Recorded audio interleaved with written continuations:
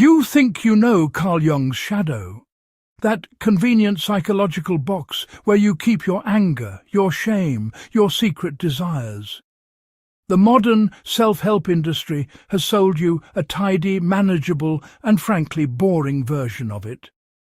It's a dark closet you're told to clean out every so often so you can be a more well-adjusted, productive member of society. But what if that's a lie? What if that tidy concept is just the doormat to something infinitely more vast, ancient and dangerous? What if the real secret of the shadow isn't about self-help at all, but about a 2,000-year-old Gnostic rebellion against the very cosmic forces that want to keep your soul asleep? Carl Jung didn't just invent a psychological tool. He rediscovered a revolutionary map for spiritual freedom. Following that map is a journey far more radical than you've been led to believe. It's not about fixing yourself. It's about freeing yourself. Let's be honest, there's a deep unease in the modern world, isn't there? A feeling that even with all the podcasts, the therapy and the wellness retreats, something essential is missing. We work on ourselves, we read the books, to be better. We learn about our shadow side. Those parts of us we push down because they're embarrassing or unacceptable. The popular story goes like this. You have a persona, the polite mask you wear for the world. Then you have the shadow, everything that doesn't fit that mask. The greed, the rage, the messy, inconvenient parts of being human. The goal, we're told, is to this shadow. To own your anger so you don't project it onto your boss. To accept your envy so you can be genuinely happy for your friends. This is sold as the path to wholeness, a way to become a more balanced individual. And look, on one level, it works. It's good psychological hygiene. But does it solve that deeper sense of spiritual starvation? For many of us, the answer is a hard no. It feels like rearranging furniture in a prison cell. Sure, the room might look nicer, but you're still locked inside. The promise of finding your life's purpose through shadow work often just means becoming a better employee or a more patient partner. It's about adjusting to the system, not breaking free from it. This is the sanitized shadow. The shadow made safe for mass consumption. It's a tool for self-improvement, not liberation. And this is where we've been profoundly misled. Because Carl Jung, especially later in his life, knew the shadow wasn't just a personal problem. It was a cosmic one. This is where the story gets really interesting. What if the true purpose of confronting the shadow has nothing to do with being a well-adjusted person, and everything to do with reclaiming your own divinity from a system designed to keep you asleep? To get that, we have to rewind 2,000 years, to a group of radical mystics who were hunted down and almost erased from history. The Gnostics. To the Gnostics, feeling like a stranger in a strange land wasn't a psychological quirk. It was an accurate diagnosis of reality. They looked at the world, with its cruelty, its injustice, its endless cycles of birth and death, and decided there was no way it was made by a perfect, loving God. It was too flawed, too corrupt, too much like a prison. Their myths, which Jung would later see as profound psychological maps, tell a wild story. They taught that our material world was created by a lesser, ignorer God, a being they called the. The Demiurge isn't evil like a devil with a pitchfork. He's blind, arrogant. Born in darkness, he's totally unaware of the true, transcendent reality, the pleroma or fullness that exists beyond him. And in his blindness, he looks at his own broken creation and declares, "I am God, and there is no other." Sound familiar? Jung saw the Demiurge as the perfect symbol for a psychological force that rules our lives. Like the Demiurge, the ego mistakes itself for the whole of reality. It thinks it's the master of the house when it's just one scared voice in a giant mansion. It builds a world based on what it can measure and control, and it viciously attacks anything that threatens its power, the irrational, the mysterious, the divine. But the Demiurge isn't working alone. He has enforcers. The Gnostics called them and this is where the link to the shadow becomes crystal clear. The Archons aren't demons. They're the wardens of our cosmic prison. They are the psychological forces that maintain the illusion. They rule through fear, desire, ignorance, and conformity. They're the voices of societal expectation, the addiction to mindless consumption, the terror of not fitting in. The Gnostics believed the Archons literally feed on our psychic energy, and their favourite meal comes from one place: the darkness we refuse to see in ourselves. The Gnostics knew what modern psychology rediscovered. What you repress doesn't vanish. It gains autonomous power. Our unacknowledged rage, our secret shame, our judgments of others. This is the food of the Archons. Jung saw something like gossip not as harmless chatter, but as a ritual where a group projects its shadow onto someone else, creating a false feeling of righteousness while feeding a psychic system of control.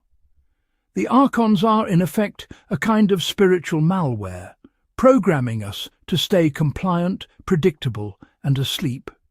And us? Where are we in all this?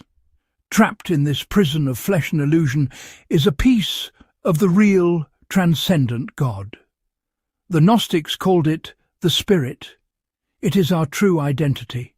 The whole system, run by the Demiurge and his Archons, is designed to keep this spark from waking up.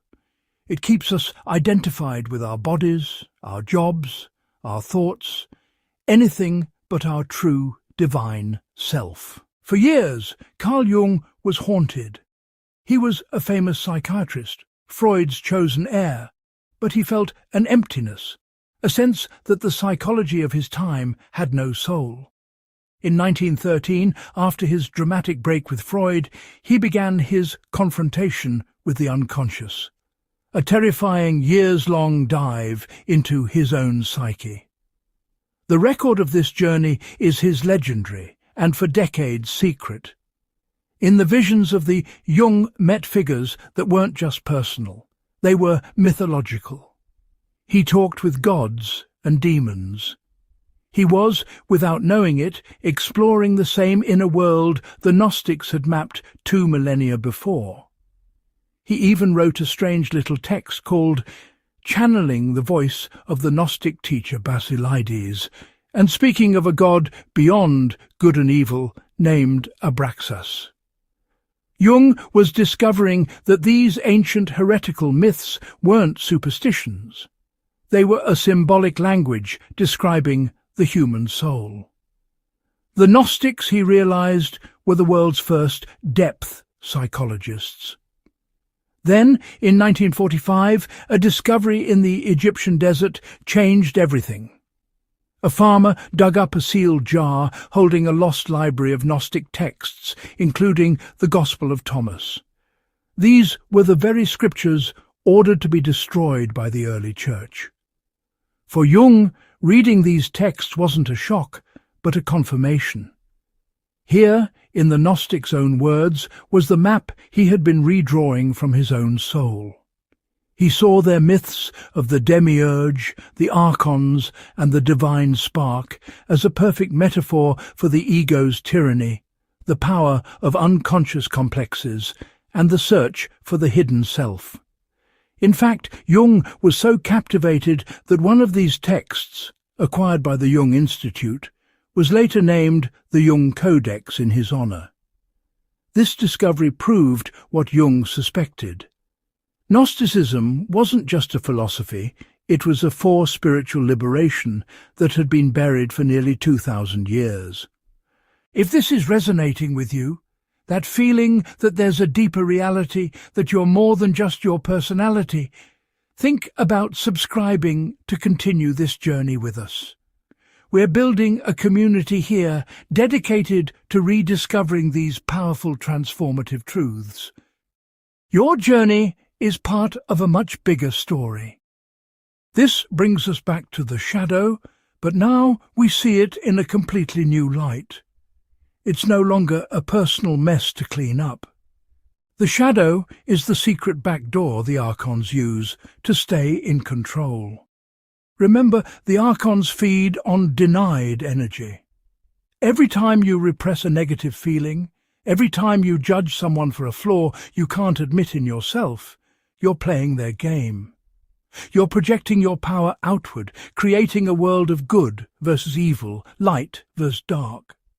In doing so, you feed the very forces that thrive on that division. Your unacknowledged shadow doesn't just sit there.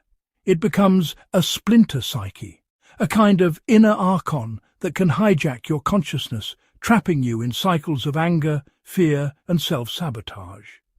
This is why real shadow work is not self-help. It's an act of psychological rebellion. It is the path to is a Greek word for knowledge, but not book knowledge. It means direct, intuitive, experiential knowing. It's the direct experience of your own divinity without any middleman. It's the moment the divine spark wakes up and realizes it's not a prisoner, but a part of God. For Jung, the psychological term for this was, individuation is the process of becoming an individual, undivided, whole. The parallels are stunning. The path of individuation laid out by Jung is a direct echo of the Gnostic path to freedom. First, this isn't about feeling guilty. It's about taking back the power you've been giving away. When you look at your own darkness without flinching, you start to starve the Archons. You stop creating enemies out there because you're busy dealing with the reality in here.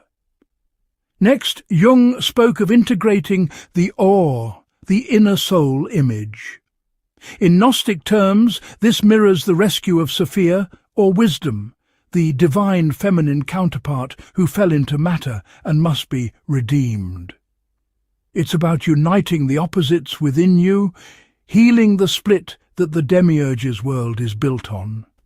Finally, through this heroic work, you encounter the self. In Jungian psychology, is the archetype of wholeness, the true center of your being that holds both light and dark.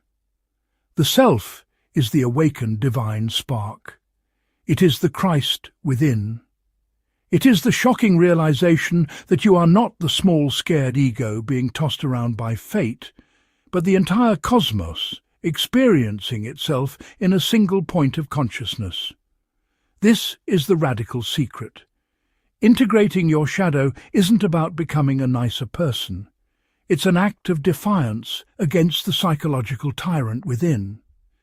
It's a declaration that you will no longer be food for a false god. It is the courageous work of withdrawing your energy from the world of illusion and using it to awaken the true God within. It's not about finding your purpose inside the system. It's about realizing your purpose is to transcend the system entirely. So we're left with a choice. We can keep treating the shadow as a minor flaw, a personality quirk to be managed with pop psychology. We can keep tidying our prison cell, or we can see it for what it truly is, a hidden key. The Gnostics taught that the way out is the way through. The path to the light isn't found by running from the darkness, but by walking straight into it, with open eyes and a courageous heart. Jung spent his life proving this truth.